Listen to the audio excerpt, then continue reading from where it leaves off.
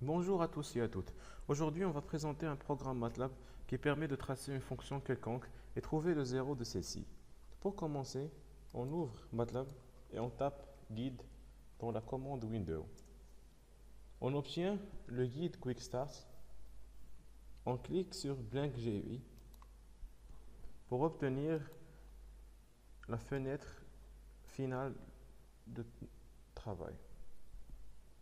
On peut voir ici les différents composants qu'on peut insérer dans notre programme. Dans notre cas, nous avons besoin de deux axes. On modifie la taille selon notre utilisation.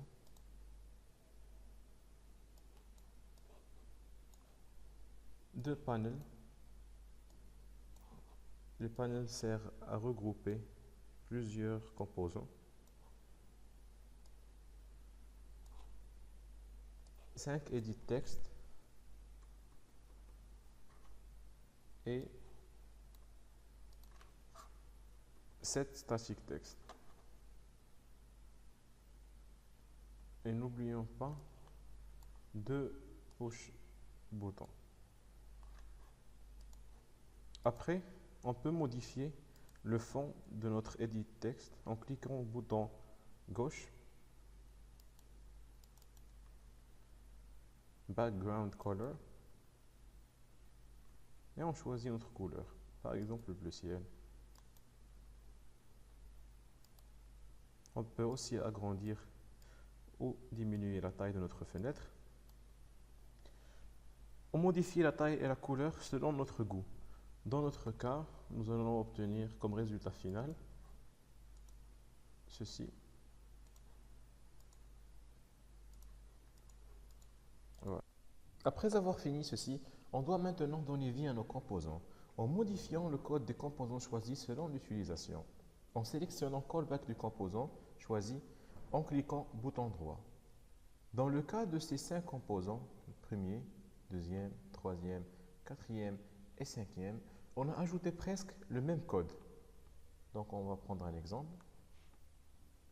View callback, callback. On a ajouté getHandles, le tag de notre fonction string. Ceci permet de récupérer ce que l'utilisateur a saisi dans cette case. Maintenant, on passe au deuxième genre de composant, le push bouton. On commence par tracer. De même, callback. On peut voir ici le code qu'on a ajouté. Donc, deb, pa et fi reçoivent eval getHandles, le tag début et pas et fin. Ce deb, pa et fi réfèrent aux trois boutons début, fin et pas. X reçoit le début de point le pas de point fi. Donc, la variable x reçoit l'intervalle où on va tracer notre fonction. F reçoit getHandles, le tag string pour récupérer ce que l'utilisateur a écrit dans cette case ici. Et y reçoit eval f. Access handles.access1 et plot xy pour tracer notre fonction dans l'endroit où on veut. Ceci, access 1. Maintenant, on passe au deuxième composant de notre programme, trouver. De même, on clique au bouton droit, callback. On peut voir ainsi le code ajouté dans cette fonction.